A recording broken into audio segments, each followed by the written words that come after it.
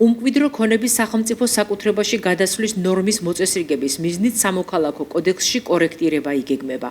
კონკრეტულად, თუ ადამიანს არ ჰყავს მემკვიდრე ან ყველა მემკვიდრეს ჩამოერთვა უფლება, ქონება სახელმწიფოს საკუთრებაში გადავა. აღნიშნულთან დაკავშირებით იურიდიულ საკითხთა კომიტეტი მუშაობს, სადაც პირველი მოსმენით პროექტი მხარდაჭერილია. ცვლილება, როგორც საპროცედურო საკითხთა კომიტეტის თავმჯდომარის მოადგილე განმარტავს, ეხება სამოქალაქო კოდექსის 1353 მუხლის პირველ ნაწილს, რომელიც უმკვიდრო ქონების სახელმწიფო საკუთრებაში გადასვლის საკითხს აწესრიგებს. ხსენებული მუხლი ჩამოყალიბდება შემდეგი რედაქციით: თუ არც კანონით მემკვიდრეები და არც ანდერძით მემკვიდრეები არ არიან, არც ერთმა მემკვიდრემ არ მიიღო ან ყველა მემკვიდრეს ჩამოერთვა მემკვიდრეობის უფლება, უმკვიდრო ქონება გადადის სახელმწიფოს საკუთრებაში.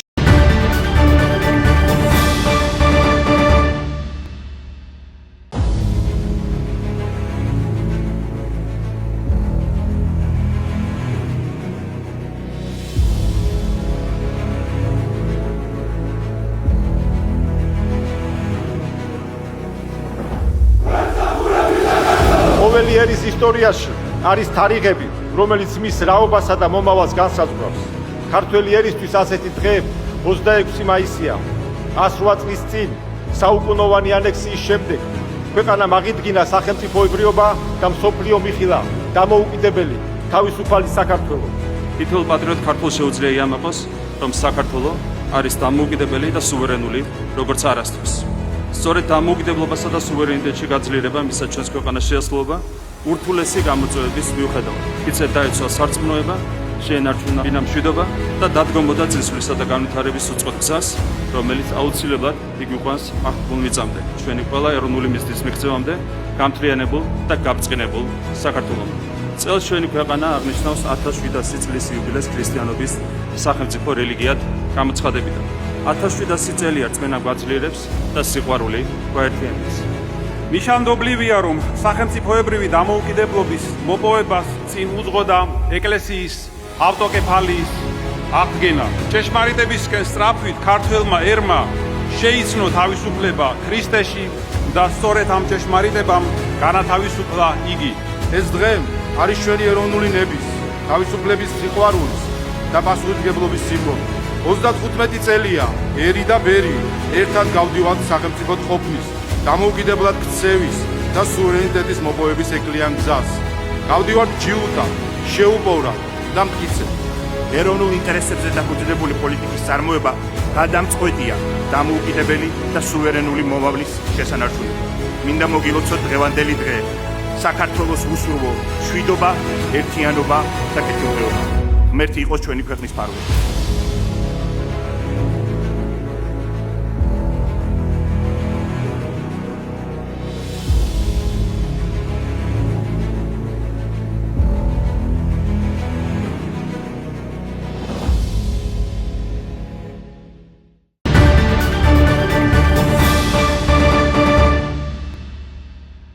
მუნიციპალური ტურნირის გამარჯვებული მინიფეხბურთში საყავრიის გუნდი გახდა.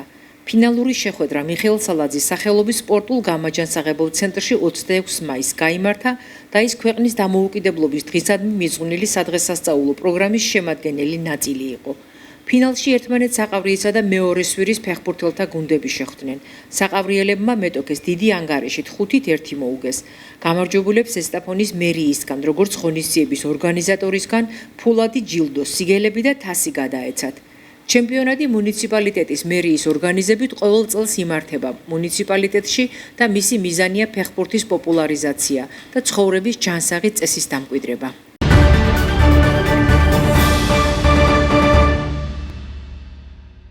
ჯანდაცვის მინისტრი იშვიათი დაავადებების სამკურნალო სახელმწიფო პროგრამის ახალ კომპონენტში სერვისის მიმწოდებლად ჩართვის მსურველ ჯოენის საუნივერსიტეტო ჰოსპიტალში იმყოფებოდა. მიხეილ სარჯველაძე მოადგილე თეა გიორგაძესთან ერთად სამედიცინო დაწესებულებაში ამ მიმართულებით არსებულ შესაძლებლობებს გაეცნო.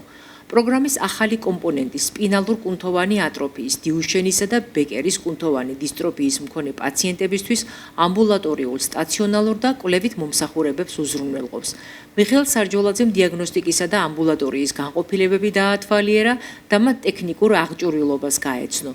მინისტრმა კლინიკის ექიმებთან და ხელმძღვანელებთან ერთად განიხილა ნერვმკუნთოვანი დაავადებების მქონე პაციენტების მომსახურებისთვის სამედიცინო დაწესებულებაში არსებული შესაძლებლობები. ამასთან ისაუბრეს ბენეფიციართა საჭიროებებსა და პროგრამის ეფექტურად მართვის საკითხებზე. მინისტრის განცხადებით, ნერვმკუნთოვანი დაავადებების მკურნალობის ერთ-ერთი მნიშვნელოვანი კომპონენტი მათი მიმდინარეობის მონიტორინგია. როგორც სარჯველაძემ აღნიშნა, სიახლე ბენეფიციარებს შესაძლებლობას აძლევს მიიღონ საჭირო სერვისების ფართო სპექტრი, რაც მათი ჯანმრთელობის მდგომარეობის მართვის პროცესს უფრო ეფექტურს გახდის. აღსანიშნავია, რომ გულის თანდაყოლილი მანკების მკურნალობის მიმართულებით სახელმწიფომ დაფინანსება გაზარდა, რაც კიდევ უფრო გააუმჯობესებს სამედიცინო მომსახურების ხარისხსა და მართვის შესაძლებლობებს.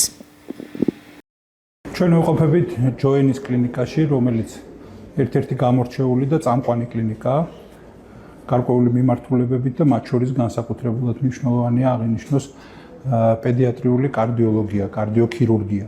განსაკუთრებულად მნიშვნელოვანია ინიციატივა წამოსული ამ კლინიკისგან, რომელიც გულისხმობს იშვიათი დაავადებების ცალკეულ შემთხვევებში ჩვენს მიერ დანერგილი ახალი პროგრამის ფარგლებში, რომ ამბულატორიულად მეთვალყურეობის სერვისების მიმწოდებელი იყოს ჩართული იმ პროგრამაში, რომლითაც მოემსახურებიან მაგალითად ატროფიის, კუნთოვანი დისტროფიის პაციენტებს და ასე შემდეგ. ვფიქრობ, რომ ეს ძალიან მნიშვნელოვანია, რომ ისეთი ავტორიტეტული კარდიოლოგიური კლინიკის ჩართვა ამ პროგრამაში, რომელიც კიდევ ერთხელ ვიმეორებ, მიაწვდის მომსახურებას პაციენტებს, რომლითაც ჭირდებათ ეს მომსახურება და ეს გულისხმობს მაგალითად დუშენის ან კუნთოვანი ატროფიის ან ეგრეთ წოდებული ბეკერის დაავადების მქონე პაციენტებისთვის მომსახურების მიწოდებას, ეს იქნება ძალიან მნიშვნელოვანი წინგადადგმული ნაბიჯი, მათ შორის ამ პაციენტების მკურნალობის თვალსაზრისით. იმავდროულად უნდა ითქვას, რომ ჩვენ ვისაუბრეთ იმ შესაძლებლობებით, რომელიც გაჩნდება მაგალითად გულის თანდაყოლილი მანკის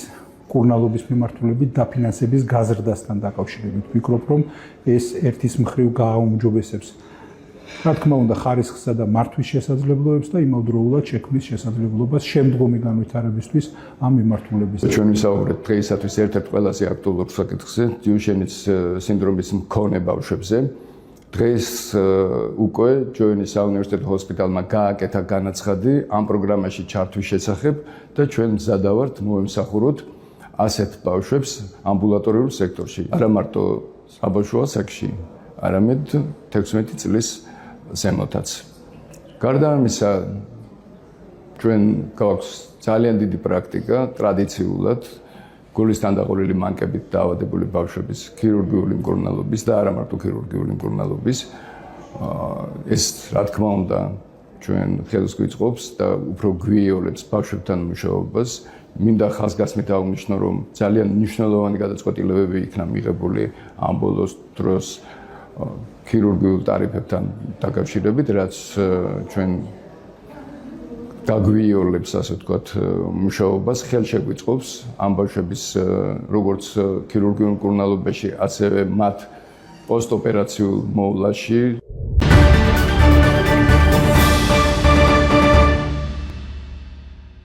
ის ყველაფერს აკეთებდა ჩუმად, საქმით, გულით. სწორედ ამ პრინციპების გაგრძელებად იწყებს საქმიანობას კოტე გელაშვილის სახელობის საქველმოქმედო ფონდიც, როგორც მისი სიცოცხლის დროინდელი ფასეულობისა და საქმის გაგრძელება.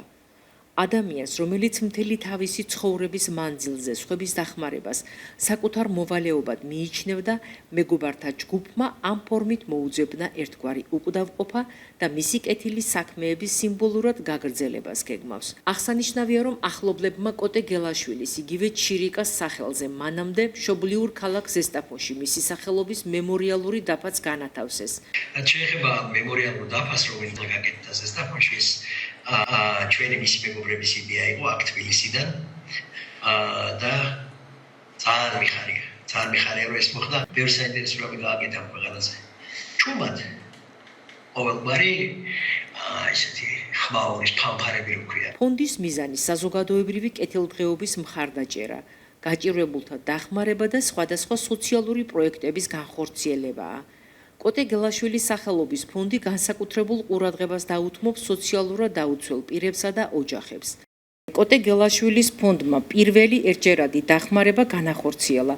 საქველმოქმედო საქმიანობა ეტაპობრივად გაგრძელდება და მომავალშიც არაერთ ადამიანს გაეწევა დახმარება.